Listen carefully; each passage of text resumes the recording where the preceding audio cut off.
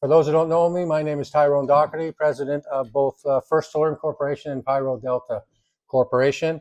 And on hold, we've got Michael Abdasali, the inventor of the world famous, or soon to be world famous, Pyro Delta device. And so I'm going to start off with a little bit about First Tellurium for those who don't know much about us or our history. Mine personally, then we'll let Michael take over for the interesting portion. First thing is we do things differently. Okay, I only run one company at a time. Okay, I'm not smart enough to run more than one. And you look at my last company called Quinto Mining, and there's some people here in the room that did quite well off of it. I took over the company with a market cap of $4 million. We sold it for $175 million 11 years later. And my cohort, Matt Way-Reiner, was a director as we sold it down at the Masters Golf Tournament. Negotiations lasted all of 10 minutes. And then instead of taking cash in the company, we took shares of a company called Consolidated Thompson Iron Mines. So we ended up being about 20% of them. They sold 2 years later for $4.9 billion. So it left our enterprise value at approximately $1 billion for the shareholders who held on to their shares. And the interesting thing is I wanted to point out that as I say, we do things differently, and people seem to have a plan that you have to have so many drill holes, you have to do this, you have to do that. And we sold on 2 drill holes and 2 drill holes only. So it's not the case we had to spend $10 million on drilling. If you have something and someone wants something, then they just have to convince themselves that what you have is right. So it's when people tell me you got to spend $5 million drilling this year and $7 million drilling last year, I did it for $2 million. It's worth $1 billion to us. And I want to point out one thing. I'm not a geologist. I'm not an engineer. I may not even be the brightest guy in this room. I'm sure I'm not. But it's important to know that this opportunity here was turned down by 3 mining analysts in Vancouver before I got it. Okay, mining analysts. And I can guarantee you they know more about mining than I do. And the reason they turned it down is because the gentleman who approached them, an American engineer, brought the internal documents from Quebec Cartier Mining, who are a subsidiary of U.S. Steel. And he brought all their documents, their drilling from 1967, 68, 69. And they turned it down because it wasn't 43101, the new instrument that was implemented after the Briec scandal. So like I said, I'm not the brightest guy in the room, but I kind of figured geology hasn't changed in 1 billion years. So I asked the gentleman, this hole here, if I drill this, will I get that result? Yes, perfect, I'll take it. And the difference is those 3 mining analysts got a paycheck whether they jumped on good deals or jumped on bad deals or left them alone. I had to make money for myself, my family, my shareholders.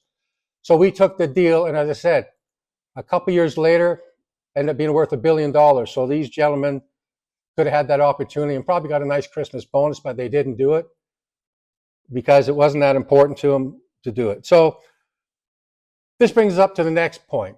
We are the only tellurium company basically in the world. Okay, so that's why some of these opportunities drop in our lap.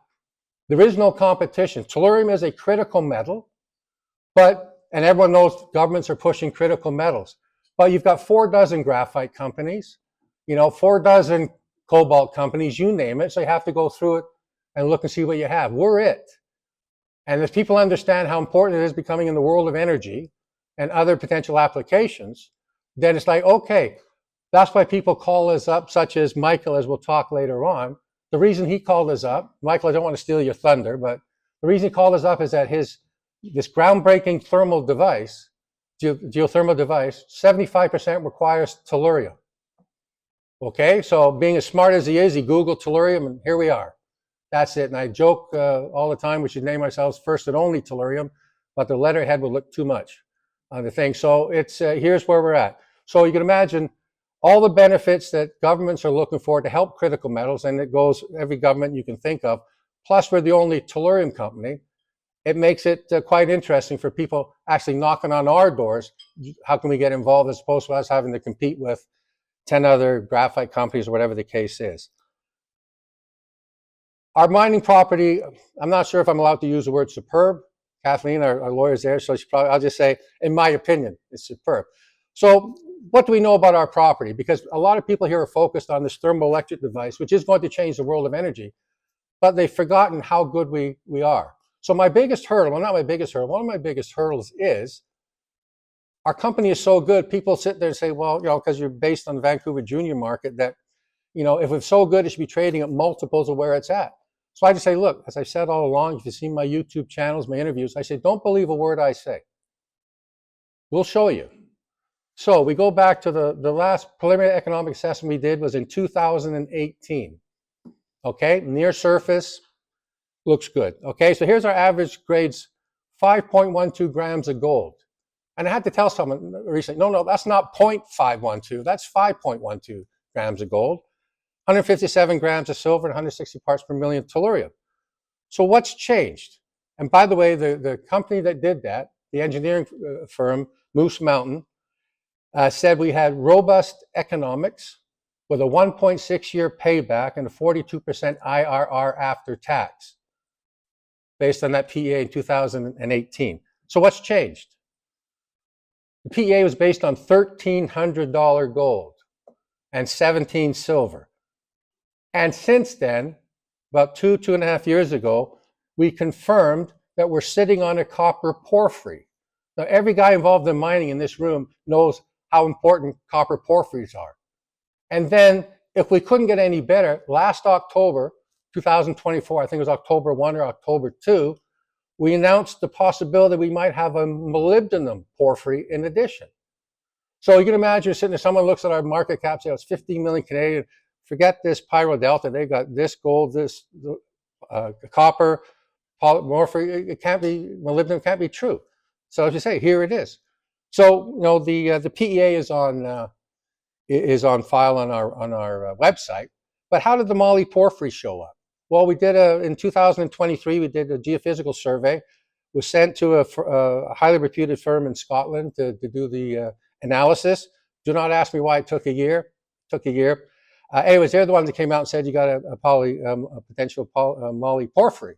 And it doesn't come as a surprise, and I'll tell you why.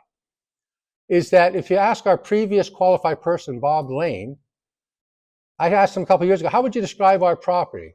He would say you got a very high-grade gold, silver, tellurium to the west, but I call yourself a moly property. And why is that? Because in the history of British Columbia, in the stream sediments, the Deerhorn property, this property, has 2 of the top 5 moly results in the history of British Columbia, which is a moly province.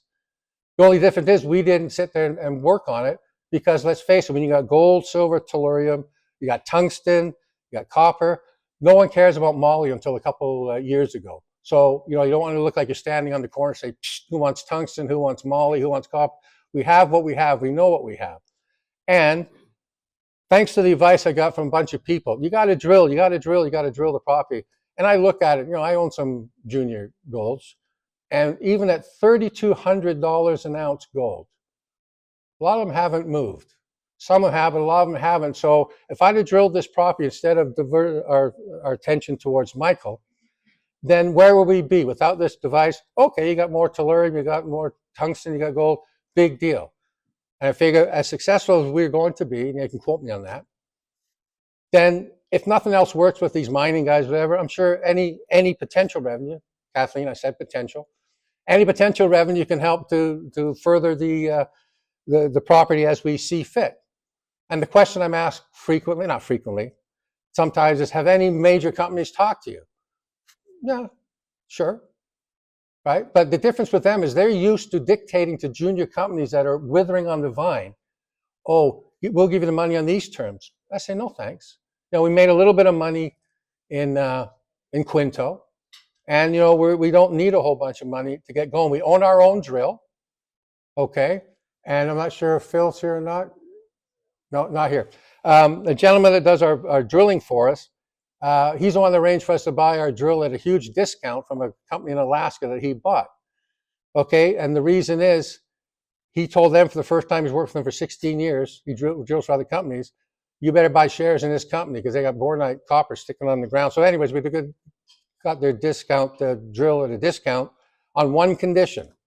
They wanted shares in the company. They weren't interested in cash. So that's another verification from someone who's got nothing to do with the company, telling people how wonderful the property is. And here's from October 2024. This is in a news release approved by Dr. Lee Grote. And for those who don't know who Dr. Lee Grote, he's world renowned. He's professor at University of British Columbia. He has consulted for the governments of India and Japan. All right, he's that well known. So this is him. So if you can think about this, originally we thought we had two different zones, the copper zone and the gold, silver, tellurium zone. And this is what I said, the exploration, it looks like at least 17 and a half square kilometers.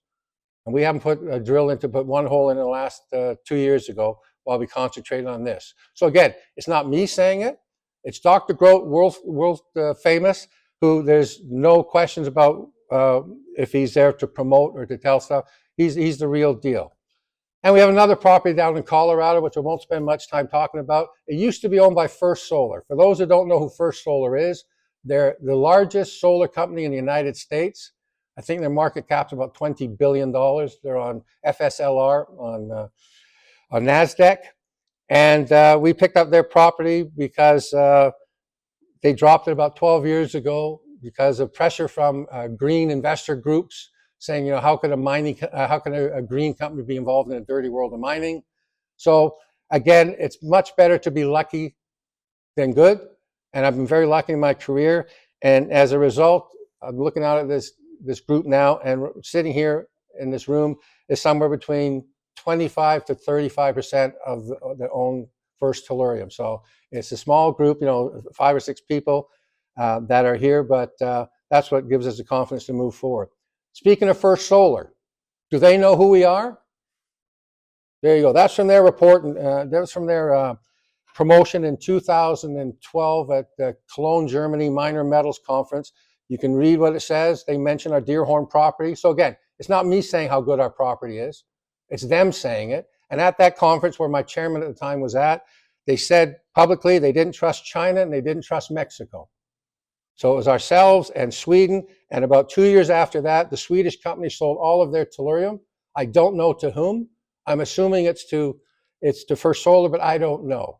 And just to let you know how my thought process is a little bit different, a very well-known newsletter writer said to me, 2 years ago, "Oh my goodness, if you could sign a deal with First Solar, that would really help your company." It's like, why would I do that when there's all these other applications that are available?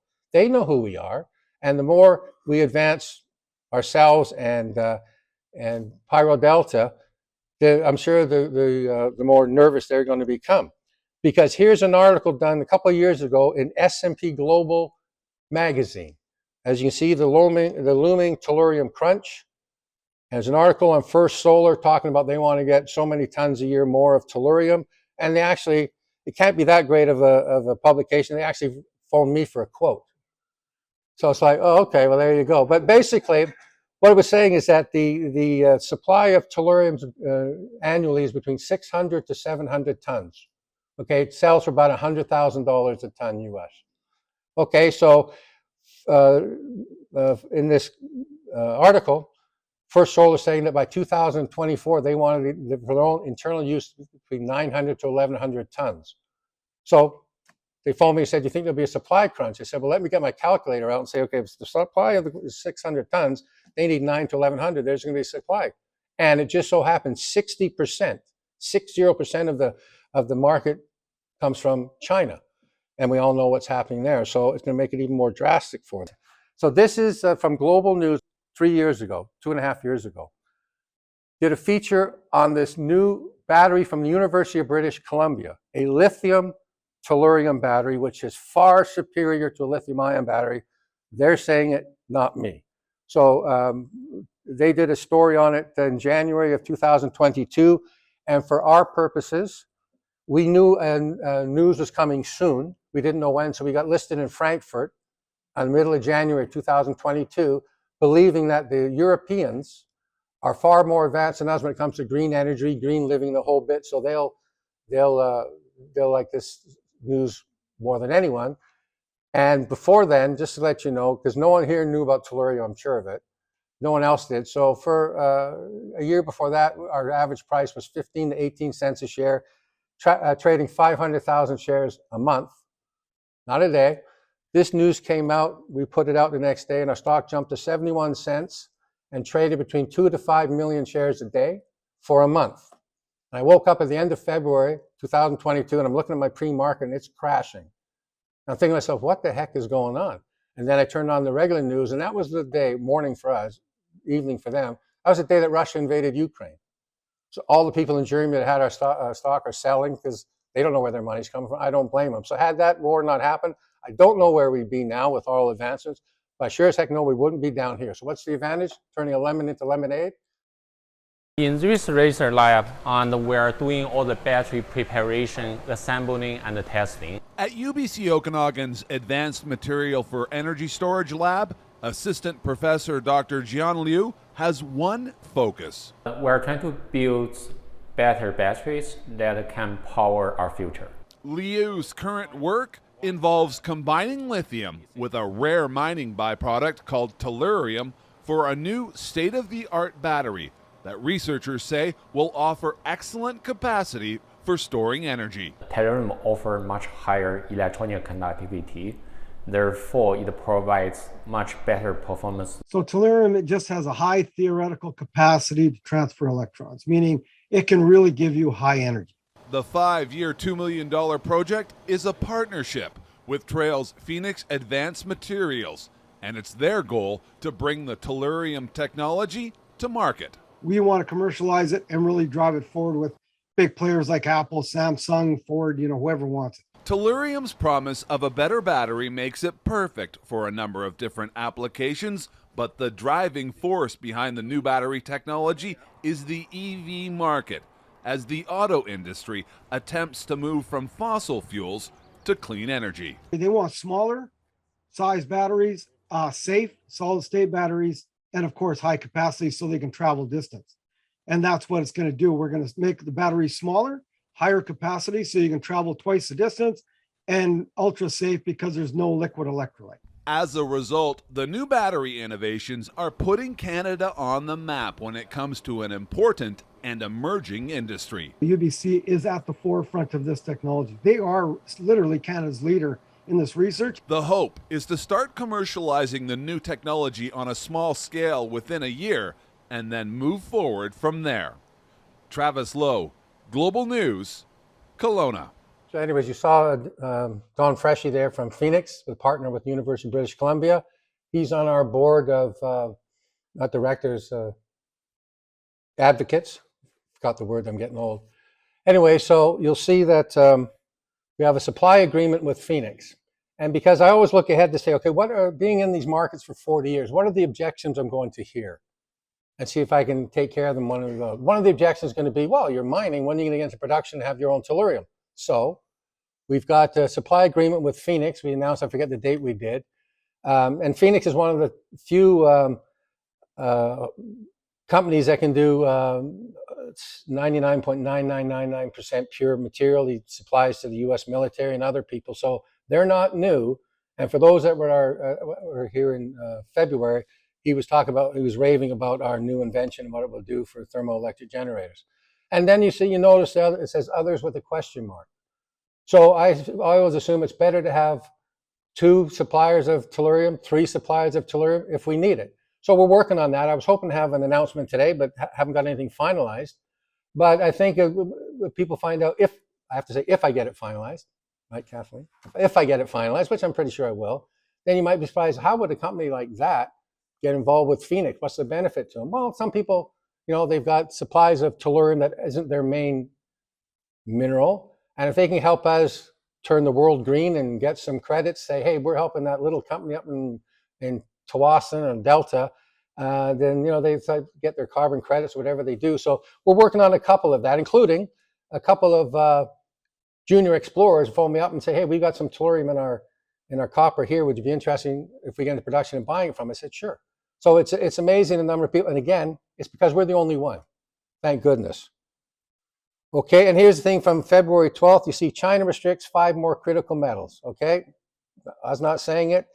4 of those 5 are found in Deerhorn. Tellurium, tungsten, bismuth, molybdenum. So just think for a second. If the government's going to help, various governments, Department of Defense, you name it, are helping with critical metals, Do you think they'd be interested, let alone all that we have? Yes. And then we got indium with a question mark. That was the fifth. And I said to Dr. Grote, well, it's not bad. We got 4 out of 5. We don't have indium. He says, well, we don't know. We've never tested for it. So that's why we have a question mark. But I'll take 4 out of 5 to start as we go. And now we get to the good stuff. Okay. First one, before introduce Michael, for those that don't know who he is. Michael was an automotive engineer for Toyota and General Motors. And his last gig, Toyota lent him to General Motors to run their robotic EV plants. Each plant's about 225 million US. He's running 3 of them. So I said to people to phone me up, you know, if he's smart enough for Toyota and he's smart enough for General Motors, I think he's smart enough for ourselves in Pyro Delta. He's made his invention. The R&D is done. He's been working on it for 8 years. We're done. So he left Toyota last May and he's been working with us, and he's absolutely a brilliant guy. And I just hope he'll invite me when he gets the Nobel Prize, but he probably won't. But I'll let Michael take over, because for people that think we're only good in automotives, you're going to be shaking your head when you leave. Say, oh my goodness, these guys have it. And the only thing we've been limited by is the cash we put into it. We don't have a lot of money, so Michael's been doing it all themselves, but we anticipate more attention in the not too distant future, which we'll talk about later. And all of a sudden, you know, we go, because, you know, big companies are phoning up Michael. They won't even go through the head office. They're phoning Michael, figured he'll give up information more than I will. But Michael, are you ready? Yes, I am. Good afternoon, folks. Thank you very much for the kind introduction, Ty. First, I want to start with who we are. We are Pyro Delta, a high-performance thermoelectric generator developer. And for those of you who are not familiar with thermoelectric generators, they are solid-state devices that utilize the difference in heat between both sides to generate DC current. They have been around for a long time, but they were never practical. They were never compatible with any industrial or automotive application, and we made that happen. We are backed by sound engineering and science principles. Everything is verified and tested, and we utilize vertical integration. That means maybe we're not the biggest thermoelectric generator producer in the world, but we are the only thermoelectric generator producer that starts with raw materials, just like Ty mentioned, and make a complete functional module. And throughout our partnership with First Tellurium, now we have a steady supply of this rare mineral. I did not know personally how rare is Tellurium until I started needing it for my work. And we encountered difficulty in sourcing this precious material. And thankfully, through our partnership with First Tellurium, now we have an ample supply to keep producing our modules. We are majority owned by First Tellurium, 75%. And what makes us special is that we actually cast the alloy in-house for different applications. I'll speak about that in different slides. Next slide, please.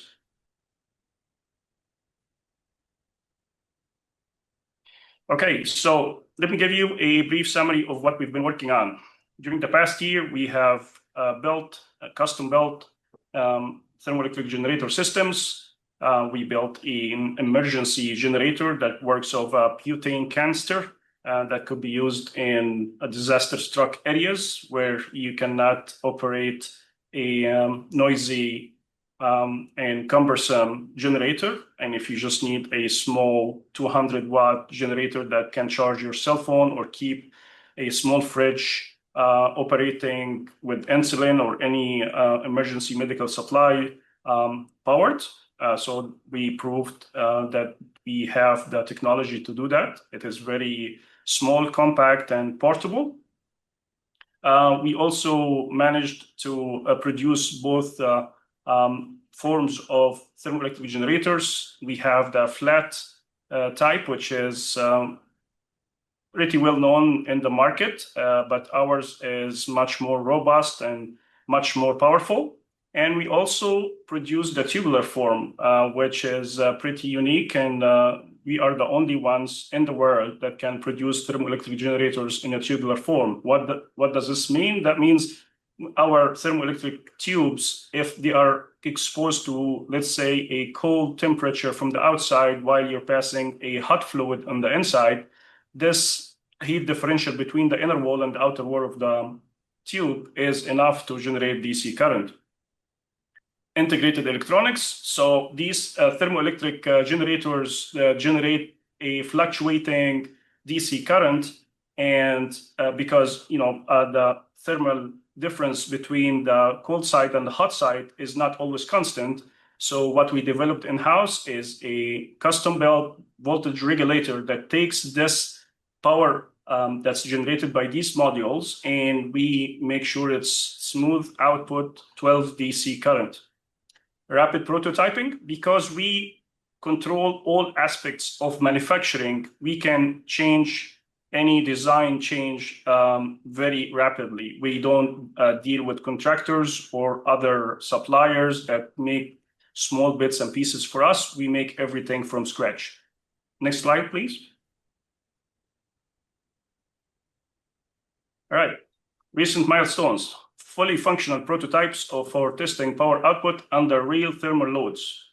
The recent one was, and I'm very proud of, is our integration of a thermoelectric module that utilizes the heat from a car coolant. As we all know, internal combustion engines are about 28 to 30% efficient. The rest is just waste heat. Now, 29% or 30% of this waste heat is going through your radiator from your coolant. It's actually more than the exhaust.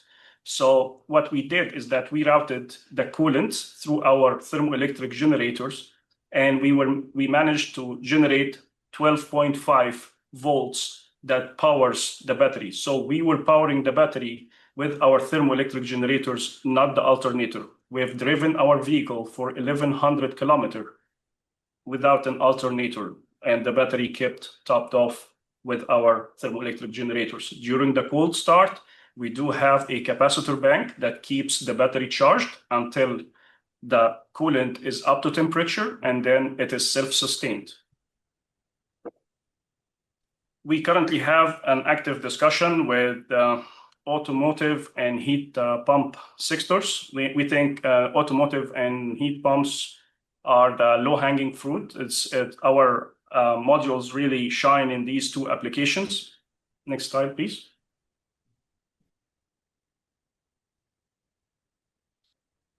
And this picture is our core technology. We have custom alloy thermoelectric generator materials cast in-house.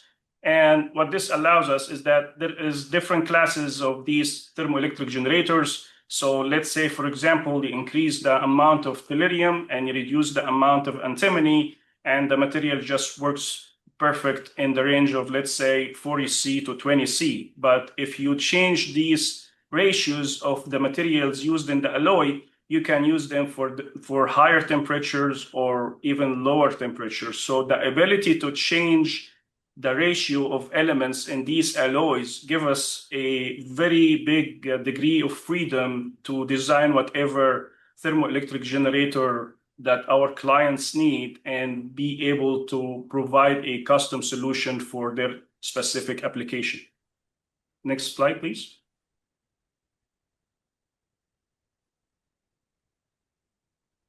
All right, so the strategic focus. Short term, we are focused on automotive heat recovery and high efficiency and residential heat pumps. And when it comes to automotive applications, I believe internal combustion engine vehicles aren't disappearing overnight. So despite the push towards electrifications, millions of internal combustion engines are still on the road and will be for decades, in my opinion. Global infrastructure and affordability continue to favor internal combustion engines in many regions in the world. So what we're doing basically is that we're bridging the gap to EVs. And while the world transitions to electric vehicles, thermoelectric generators offer a practical, immediate way to reduce the environmental impact of internal combustion engines without waiting for full electric vehicle adoption. Also, hybrid system benefit. Many hybrid vehicles still rely on combustion engines integrating thermoelectric generators into these platforms deliver performance and sustainability without major redesigns. And major redesigns is something automotive companies are very sensitive to because they have these production plans like Ty mentioned, they are $200 million, $300 million with robotic systems and production lines. And if you bring anything to change that, even if it's a good idea, and that means they are going to change this substantial investment, they become very sensitive to that. So it's very important that we develop something that integrate into existing vehicles without changing that for them to be receptive to the idea. And we succeeded in that. We are not competing with electric vehicles. We are facilitating the transition. Pyro Delta supports cleaner future by optimizing what we have now, while the EV ecosystems continue to grow and mature. So this is for short term. We're also interested in heat pumps. We think our tubes that we showed in the previous slide can be put in an array. These tubes, once powered, actually they work in reverse. So you can use them as thermoelectric generators, or you can use them as heat pumps, actually. So if you supply them with DC current, let's say it's coming from solar or any other power source, you can actually have very cool air coming out of them without compressors, without any moving parts, without changing oils, without even noise. So that's a game changer in terms of cooling and heating. For long term, we are looking to build scalable off-grid energy modules. So we are looking to integrate our modules and put them in series and actually produce a large amount of energy that sustain several buildings off-grid. And we put everything in a 20-foot container. So we make sure that this is easily can be transported anywhere. And we also looking into emerging markets like marine and aerospace, specifically drones. We think we can integrate our modules into drones because they have no moving parts. They can benefit from waste heat and increase the efficiency and the airtime for these vehicles. Next slide, please. Okay, competitive advantage. Excuse me. The fully in-house material and casting process, I think this is very special because most of the thermoelectric manufacturers, they have different suppliers and different factories that they build these things in stages. So they have a foundry that they use, and then they have another facility to cut the material after it's been casted. And then they have an assembly plant. For us, we do everything in-house thanks to our industrial process that's patented in Canada and the United States. We can build flex form factors. So like I mentioned, plates and tubes and even custom. So that means if a customer approached us and they want to install these thermoelectric generators around a chimney of a cement plant, for example, that's absolutely possible. We can do an on-site visit for assessment, and we take measurements and we start designing around that. And this is something that nobody else can provide right now for large industrial settings. Lower material costs versus legacy tech. Like I mentioned, our process is very efficient. That's what makes us special, and we protected our IP rights by patent. And our compact power output from untapped heat sources, like if you have a stream of cold water on your property, or you have a well, or you have heat difference in any part of your workplace or your balcony or anywhere, if you have ice on the top of your roof, that we can use that. So actually ice on the top of these modules will make them work even better. Next slide. Market potential. So Right now, the TIG market growth forecast is $800 million. And this is going to grow much more if the thermoelectric generators are actually more viable. So because of our design, more companies, more industrial plants will actually consider thermoelectric generators in their setting and their processes. So we have strong tailwind in energy efficiency and electrification. So the target sectors, like I mentioned, is automotive, EV range extenders. This is also something very important for those of you who don't know. EVs generate a lot of heat. These batteries heat up and we need to cool them as you drive your EV, and we can use this hot air to actually recharge your batteries to some degree. Heat pumps, this is also very important. Most of the energy that we use is just to cool or heat our houses. And if you have a solid state compact solution, even built into residential homes, that could be a game changer in terms of climate control, and as well as industry energy systems. Next slide, please. All right, that's where I come in here. Thank you, Michael. I just want to mention a few people here that we talk about data centers. Michael talks about data centers. It's exact same application for crypto mining.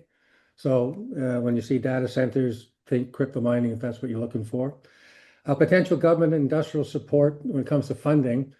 As people in this room know, I think they all know that we hired a firm out of the Middle East 2 months ago to make introductions to people that obviously have a lot of money, but also want to work in the world of energy. So, people are making interesting phone calls to myself and seeing what's going on. They're just not used to a small company saying, well, hold on a sec, you're not the only game in town, so to speak, because we anticipate that with all the government funding that's coming available to energy companies, whether automobile, greenhouses, solar, there's opportunities from governments. And one thing we should have mentioned, I'm not sure if we did, is that some of the applications we talked about last year, greenhouses, where you can save a farmer 30% on his cost, but also solar. We mentioned that Tellurium is used by First Solar in their panels.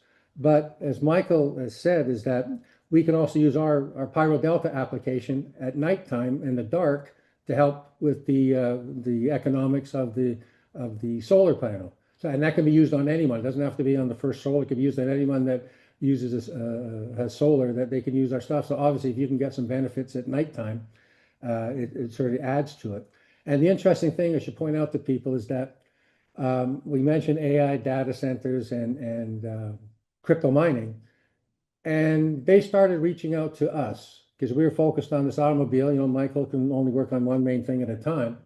And the reason they reached out to us is that the USA Today newspaper, we all know who they are, did a feature story on Pyro Delta and Michael on December 11th or December 12th last year, so six months ago. So I don't know how many people have been involved with a junior company where USA Today does a feature on you. I know I've been around 40 years. I don't know of any, but I'm not saying we're the only one, but it's very few to say the least. And because of that, people started seeing the videos and comments, oh my goodness, these guys can handle 900 degrees centigrade. That's 1600 to people that went to school when I did, 1600 Fahrenheit. And to put in perspective, we were telling people, and I've said I'm not the brightest guy in the room sometimes, so it takes a while to kick in. But we're telling people that, the average competitor, it gets up to 150 degrees centigrade, maybe 200. It starts melting, it starts cracking. That's why they can't do the stuff with the automobiles, with the cement plants, with the AI data centers. So finally, we put out a video. It's on our website. We're going to put it here today, but I figure one video is enough, especially if I'm in charge. I'd screw it up. And just say, here's our thing at 900 degrees centigrade. The flame's right at it. Boom, you can see it working, no problem. We brought one off of the shelf. I don't know, one of the Home Depot or wherever it was, brought one off the shelf, opened it up to show people what they do, and put it beside the gun, not even with the flame at it, just put it beside the gun, melt it between 5 to 10 seconds. So you don't have to believe us, you can see it with your own eyes. That's why the big boys are calling up and they're saying, okay, how can we get involved, and so on and so forth. So we have an opportunity here to say, what are the energy potentials that we can do? Cars, obviously. And what Michael said, just to put things in perspective, in the USA Today article, Michael was quoted as saying this, and I'll preface it. When Michael approached me a year and a half ago to get involved with this, being an automotive engineer, he said to me, if you can have a device that saves half of 1 to 1% in fuel savings and all that, every major automotive company will be knocking on your door. So in the USA Today article in December, Michael's quoted as saying he believes we'll have at least a 6% advantage. And I say to people, Michael's a bright guy. It's probably a little higher than 6, but let's just pick a number out of the air. Let's say Michael would have said 8%. I'm not saying that's the number, but let's just say he said it, and it only got to 7.5%. There'd be people on the internet saying these guys are a bunch of liars. They said it was 8%. They only got 7.5%, as opposed to we were looking for half to 1%. So we do things differently. We keep it quiet. When we have people wanting to do a deal, you know, we wait for it to be 100%, not 99%. And that's the thing, as I say to people in this room now, is that when we sold Quinto, you know, I'm telling people saying you got to drill here, you got to drill there, you got great property. We halted it on a Sunday night. So all those people that were saying you got to do this, you got to do that, they missed it because we don't tell people we're dealing with people. And I can tell you now, the people that know me for 40 years, 50 years, Matt, no, we don't, there's no reason for us to BS. Right? We do things a little bit slower, but I don't want to have a false start, come back, well, these guys aren't telling the truth. So 6% is what Michael said at the USA Today, and that's what that article's got people in the AI data centers and cryptocurrency calling us up to find out how they can be involved. And I'm smart enough to put on glasses and listen and just nod my head because I don't know what the heck they're talking about, but when Michael explains the stuff, it's good enough for me. Okay, so governments. This is from maybe a month ago, 3 weeks ago. David Eby, Premier BC, fast tracking 20 billion in resource projects, including for energy, right? So, you know, they're specifically looking for, you know, critical metals. We told you we have it. Plus we got the copper porphyry, probably molybdenum porphyry. So do they want to sit there and help move a BC company? Probably, because we don't have to get involved in the tariffs. That's another advantage that we have, but we're flexible. We are going to be we're dealing quasi in the US right now, so I anticipate we may have something in the next 2 weeks, next month, whatever, but it's there because obviously we're not inventing anything new. We're just capturing the heat. And we'll be sending a note to one of the governors down in Mexico to say, how would you like to be our focal point to get into South and Central America and all that? You don't have to deal with tariffs. So I'm agnostic when it comes to who my business partners are, as long as their checks don't bounce. And now we're thinking, you know, to move forward, I've been talking with a lobbyist from Victoria over the last week who's away on holidays. He happens to know the government of British Columbia very well. So haven't hired him yet. So, but, you know, we're talking because, you know, one thing we know about politicians, they don't mind giving money away and taking the credit for it. So we think our story's so compelling that you know, we hit a couple of different angles here, so we think will be of interest. And then just, I think it was last week, if you read that, or 2 weeks ago, Adrian Dix, BC spending $100 million, giving it to low-income households for better heat pumps. We know we're going to have better heat pumps. No one can compete with us. So haven't had a chance to talk to Mr. Dix. Hopefully, if I get this lobbyist sorted out, they can make the introduction since they're very friendly with each other. Okay, Michael, go ahead. Thank you, Ty. So what's next for us? Scaling production of application-specific prototypes. I want to touch quickly on the crypto mining and data centers because this is a very important sector for us. As Ty mentioned, we are in active talks about that. So just to explain briefly, these GPUs, these computers are submerged in a dielectric fluid. This dielectric fluid, actually, if you submerge any electronic component in it, it doesn't burn because it doesn't conduct electricity. But what it does is it cools down the components. This liquid is pumped around the GPUs, around these supercomputers, and extract the heat.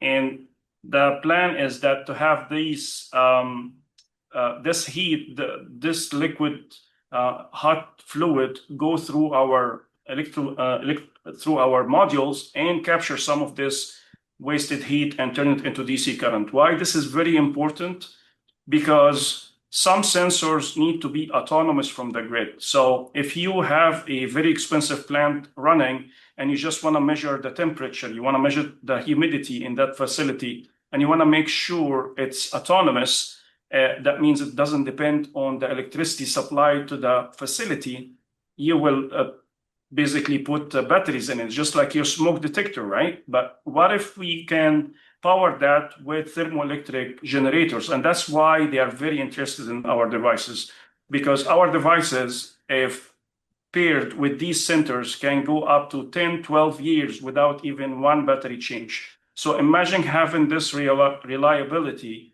without moving parts. Your sensors are logging real data and providing it, autonomously without reliance on the grid. So that's what they are interested in, and that's what we can provide. The second thing is securing IP around casting the tube design. We have developed our product into a ready product that can be purchased. So we are way beyond the R&D phase right now. We have an actual product, and explore licensing and manufacturing partnerships with OEM manufacturers, and as well as exclusivity contracts with data centers and crypto mining facilities. Next slide. So this is the vehicle that I mentioned at the beginning of the presentation.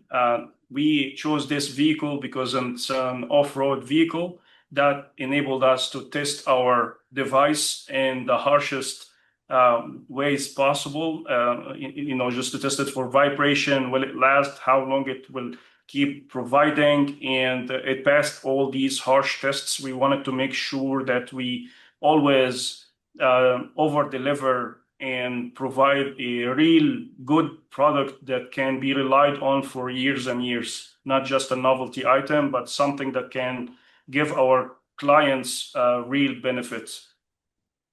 Next slide. Okay, so the key takeaway is that we are very special in the thermoelectric generator manufacturing world. We are positioned to lead in custom thermoelectric generators. Customers don't have to design their products to fit off-the-shelf components anymore. They can ask us, and we design our thermoelectric generator to fit their existing systems. This exposes us to a large market share, and we can provide real solutions and prototypes pretty fast. Thank you so much. And